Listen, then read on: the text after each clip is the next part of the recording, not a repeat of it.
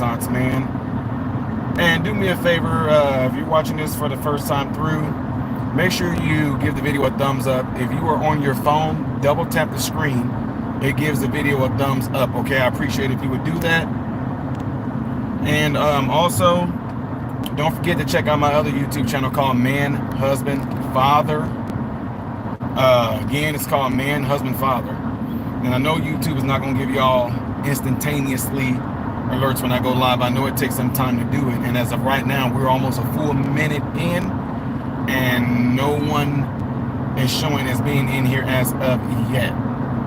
So anyway, a lot of times when I do this, guys, and I say this every video that I go live on, I usually do a lot of filibustering. Usually do a lot of just chit-chatting as people are gathering in here, sort of like you gather into an auditorium before the program starts. So whoever's in here right now, appreciate you being here. And again, I'm going to reiterate this, double check and make sure that you are still subscribed to the channel. Hit the thumbs up button, click the thumbs up button if you're on your computer. If you're on your phone, double tap the screen and it will give the video a thumbs up. All right, so let's get ready to get into it. So you guys see the topic right here, right? And you see, I'm saying it as a question. Some people will read that title and not even pay attention to the question mark.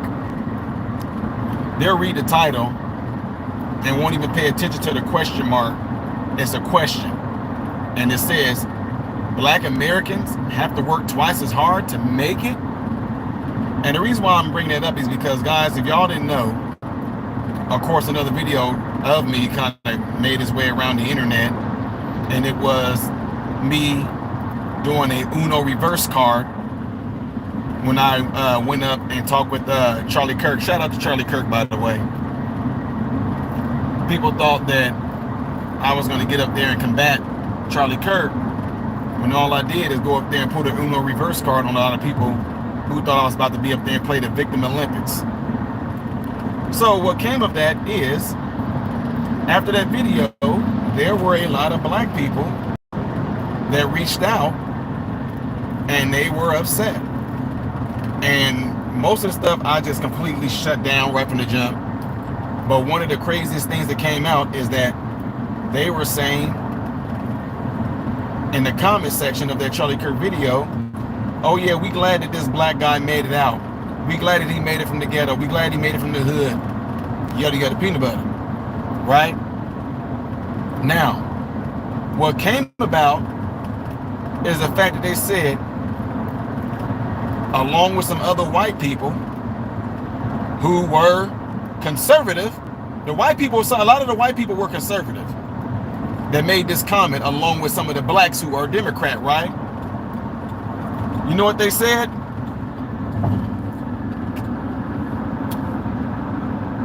I made the whole little deal about the ordeal about them saying that, you know, I made a joke, not a joke, I made like a little thing saying how is it that I'm doing what I'm doing right now and I'm being told it happened because I'm lucky. Now what ended up coming about, ladies and gentlemen, is that a lot of them came out and said, well, being black, I had to work twice as hard, is what they said.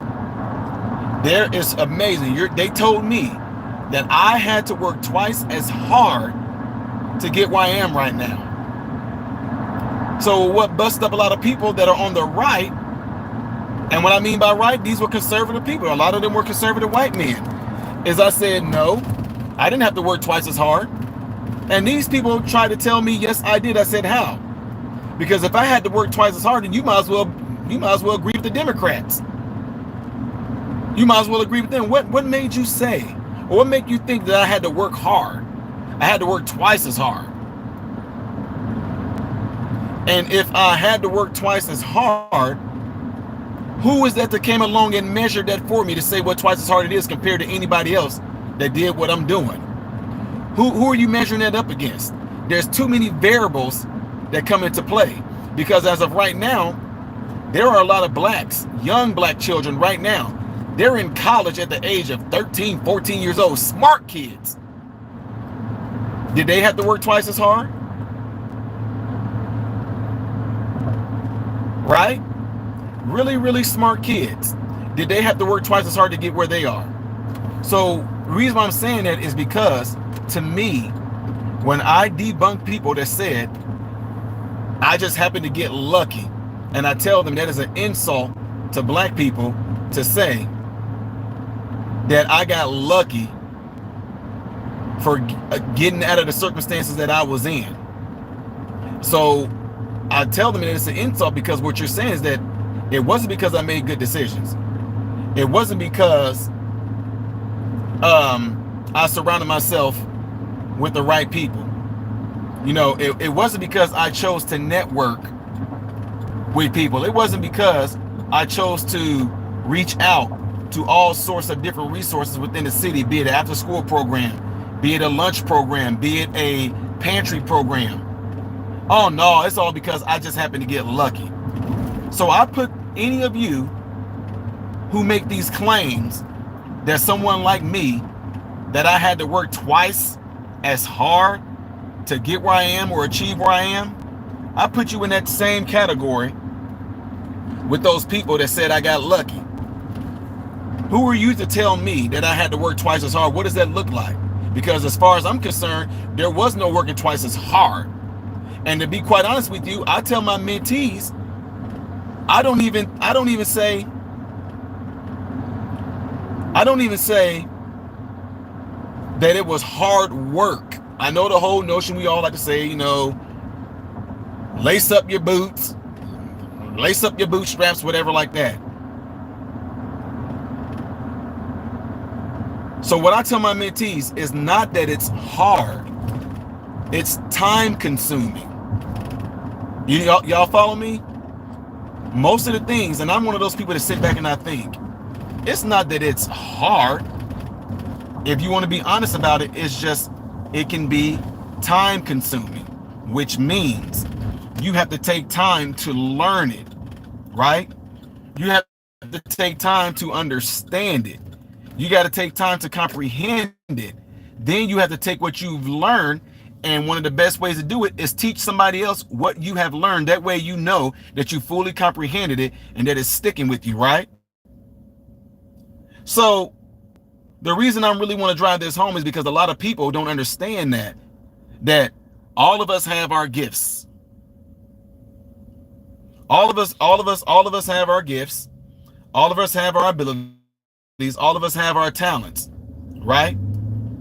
Whatever you've been gifted with in regards to, you know, what you want to do in life, all of us are different. There are mentees of mine that have become engineers. There are mentees of mine that own their own construction company, right? There are mentees of mine that went on into medicine as well. There are mentees of mine that are accountants, right? When you ask them, was it hard?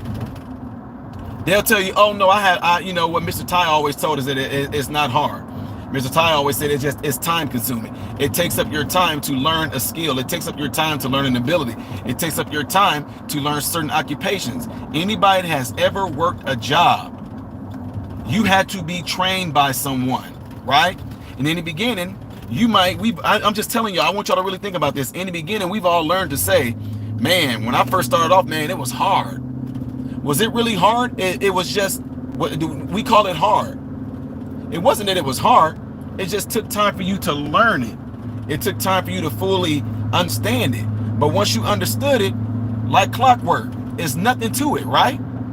So that's why I always tell people, I challenge you to always challenge yourself into learning new things, doing new things.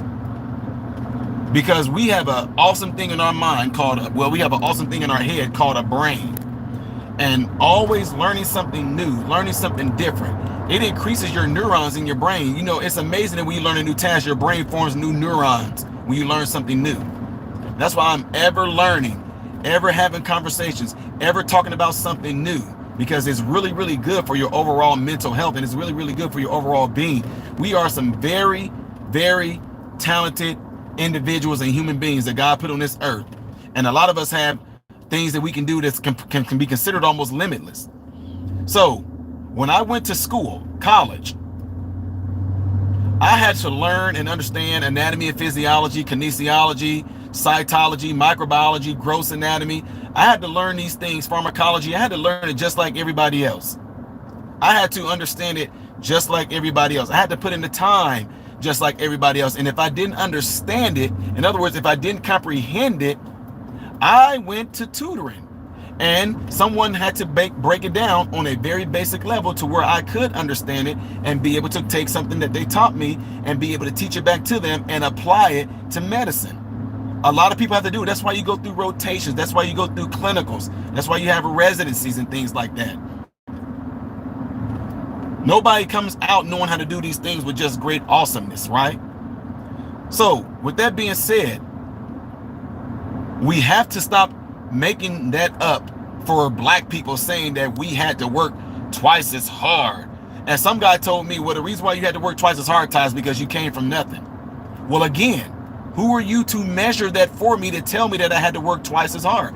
Yes, I may have come from a single parent home that eventually led to me kind of, pretty much being on our own, right? I get that. But me having to go out and hustle to make sure I was taken care of, what makes you measure that to say that it was twice as hard? Well, he said, well, because, for example, my sons, my boys, they're 23 and 21 years old right now. They came up in my home with me and my wife. 2-parent home, right? Would you say my sons had to work twice as hard as I did? One is in college right now. He's doing cybersecurity. Does he have to work twice as hard while going through cybersecurity right now? Because he's a black guy? So you see what I'm saying? My other son, he has his own place. Managerial skills and stuff, right? Does he have to work twice as hard because he's a black guy? I mean, he came up in a very nice home with me and my wife. He came up upper middle class, right? Does my sons, did they have to work twice as hard as I did? And if you say no, they didn't, you would be lying, because guess what? My son, he bought his own car. I bought my own car. I know. Look, some of y'all, yeah, I know. Yeah. I bought my own first car for $500, a 1980-something Cutlass Sierra. My son, he bought himself a Bonneville. What I did tell my son, I said, you save up money, whatever like that. I said, you save up money. I said, and I'll foot you half of it, right? But guess what ended up happening? Once my son started saving up his money, you know what he did? He learned perseverance. He learned how to balance. He learned what was important. Him going out to get something to eat, him going out and spending his money on different things, him going to spend his money on gaming, or did he want to really accomplish his goal of getting his car? So he had to prioritize. But in my son, learning to prioritize, do all those things for himself, did he have to work twice as hard to do it? Did he? No. My oldest son right now, he has his own apartment. He has his own place. At his age, me and my wife, we had our own apartment. We had our own place. Now, some of you might try to throw it in there and say, yeah, but it was you and your wife. No, you can say that. I was still going to school and still working full time. I would go to school from, my first classes at 7:30 in the morning. My classes ended at 12 o'clock, 12:30. I went to track practice on a full-ride scholarship from 1 o'clock to 3 o'clock. Then I went to go work at a furniture store from 3:30 or 4 o'clock till 10:30 or 11 o'clock at night. I would come home, sometimes take my son, me and my wife, we would talk a little bit. I would take my son, I would put him on my legs, I would rock my legs side to side, side to side while I studied, right? So what am I saying this for? Folks, this whole notion of black people got to work twice as hard, I don't know who told y'all that BS. Because guess what? Going through med school and everything, there were a ton of white people that couldn't make it. They didn't make the cut. Now, why is that? I mean, weren't they, because they was only working hard, but they didn't work twice as hard? Why did a lot of white people fail out of med school? Why? For whatever those reasons may be, only they know that. But the point is, the reason why I stayed in is because I took care of business. If I didn't understand something, I went and made sure I took tutoring. I did what it took for me to understand in order for me to do what I need to do going through med school, right? So again, anybody that's in there right now, I know I'm about to get some excuses, because a lot of y'all, it's sad really that a lot of you grown-ups sound a lot like I understand my mentees. I understand my little teenage mentees, right? But if you're about to tell me, well, that's you, everybody ain't like, see, excuses. You about to give me some goddamn excuse. Everybody ain't like you. You're gonna all look. You don't even know that you've been subliminally geared to make up excuses. That's one thing I got too. Well, everybody's not as fast as you. Everybody's not as strong as you. Everybody's not as tall as you. No, I mean, it's always something. So you want to use my ability, my talent, me putting in the work, me putting in the time, me putting in the effort to achieve what I achieved, to use as an excuse why you can't do it yourself. And to be quite honest with you, if you really want to think about it, the reason why you do not want to do it is because you don't want to do it.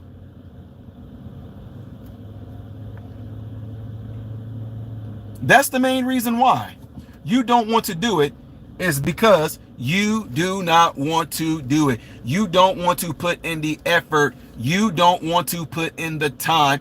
You don't want it to inconvenience you in the life that you live in already. You don't want it to inconvenience you. Just maybe, I don't know what you do in your life. Maybe you sit around, you watch football games, you play the video game.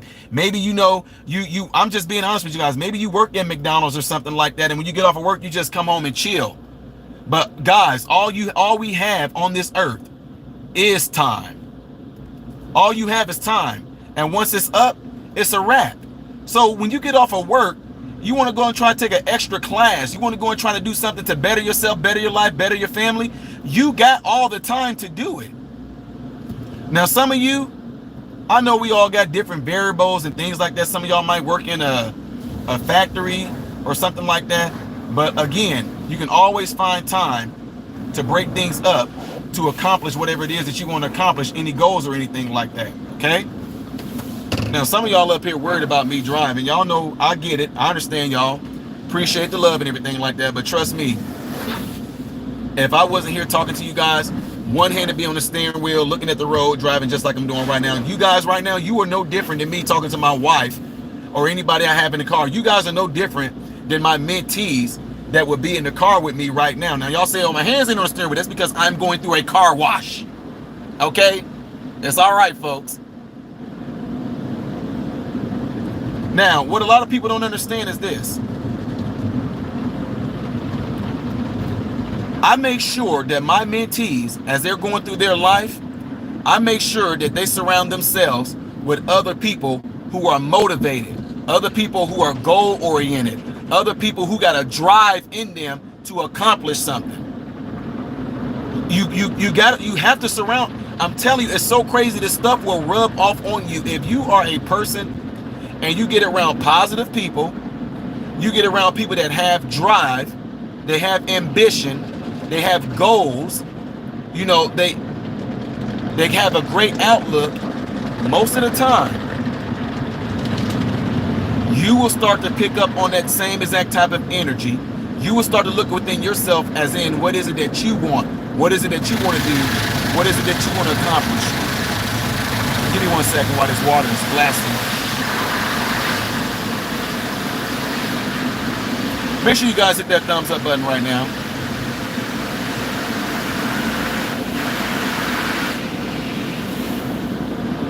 Make sure you guys hit the thumbs up button right now.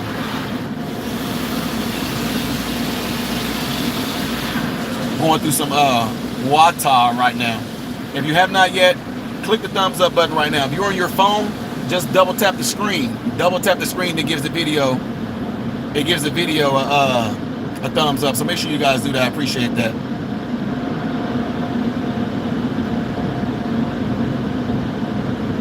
So that's what I'm saying is that, guys, I mean, you have to surround yourself with people who are not going to make up excuses or things like that. Always just solutions, solutions, solutions, solutions. We're going through a wind turbine right now, so hold on. Can y'all hear all that?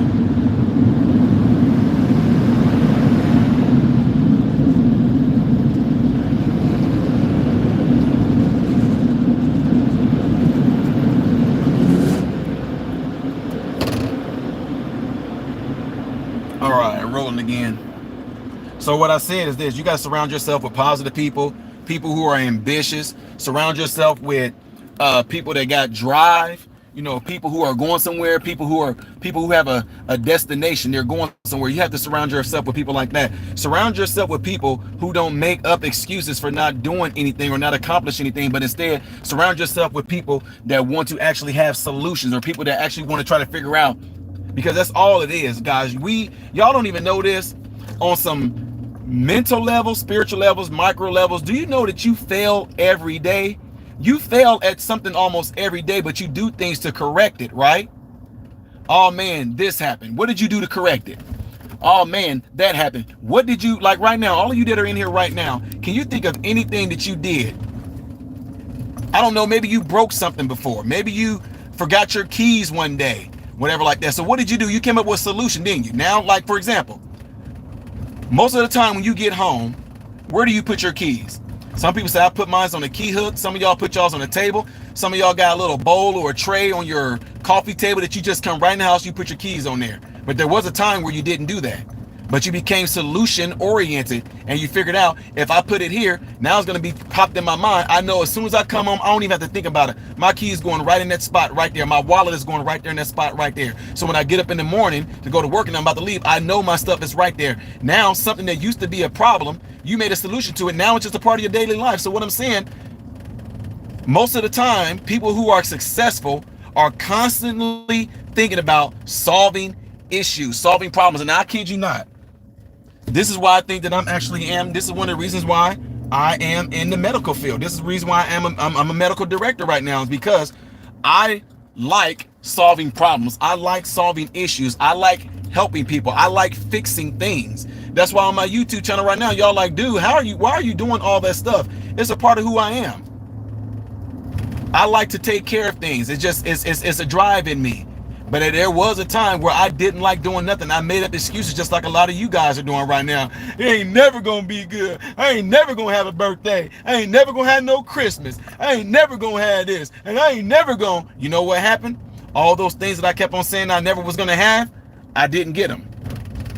But it wasn't until I woke up one day and realized, if I want something, I have to get it. If I want something, I have to be the one to get it. I'm not going to rely on you. I'm not going to rely on my friends. I'm not going to rely on my cousins. I'm going to rely on me to get what it is that I want. And in order for me to get what I want, I have to go out and take a step outside the door first and foremost. You know what I'm saying? You have to go out and take a step out. And by taking a step out, what I mean by that is going and figuring out what it is that I want to do. Like my young mentees.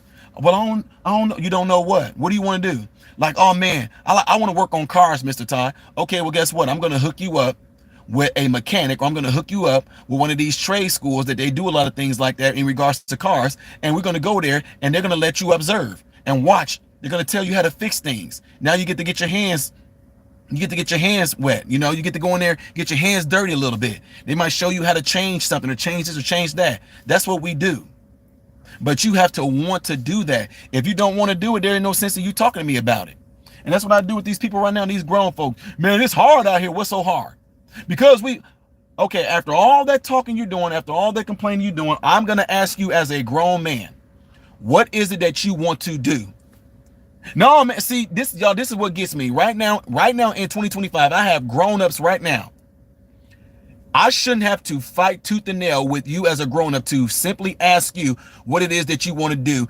That's it. Just tell me what you want to do. Don't tell me how you tried before. Don't tell me how somebody made you mad. Don't tell me how this one job you had, they did this. Don't tell me how your sister did this. Don't tell me how your uncle tried. I don't care what any of those people did, and nothing. I don't care about none of that stuff. All I want to know, as of right now, while we're talking, what do you want to do? Tell me right now, we can go and do it. It ain't that easy. Okay, you know what? Bye. Okay, next. Who next? What do you want to do? I want to do X, Y, and Z. Okay, right? You want to do what? You want to do what you say? You want to do welding? Okay, you want to do welding? Okay. Let's see. So I can set you up with Caterpillar. I can set you up with ADM. I can set you up with a lot. I can set you up with some people that work on certain type of machineries and get you with someone. I can set you up with a school that will allow you just to come in and sit back and observe to see if this is something that you really want to do. It's that easy. Y'all, a dream is that easy. Watering a seed is that easy. But no, they want to tell you, oh no, you got to go through a 10-step program on how to be black first. You got to go through a 10-step program on how to drive while being black first. No, you got to learn how to deal with the police first before you go and try to accomplish any of that time. You got to learn who you are as a black man in this oppressed world and look out for massa and the white folk who out there trying to get you first. Doing that stuff gets you absolutely nowhere, ladies and gentlemen. Plain and simple.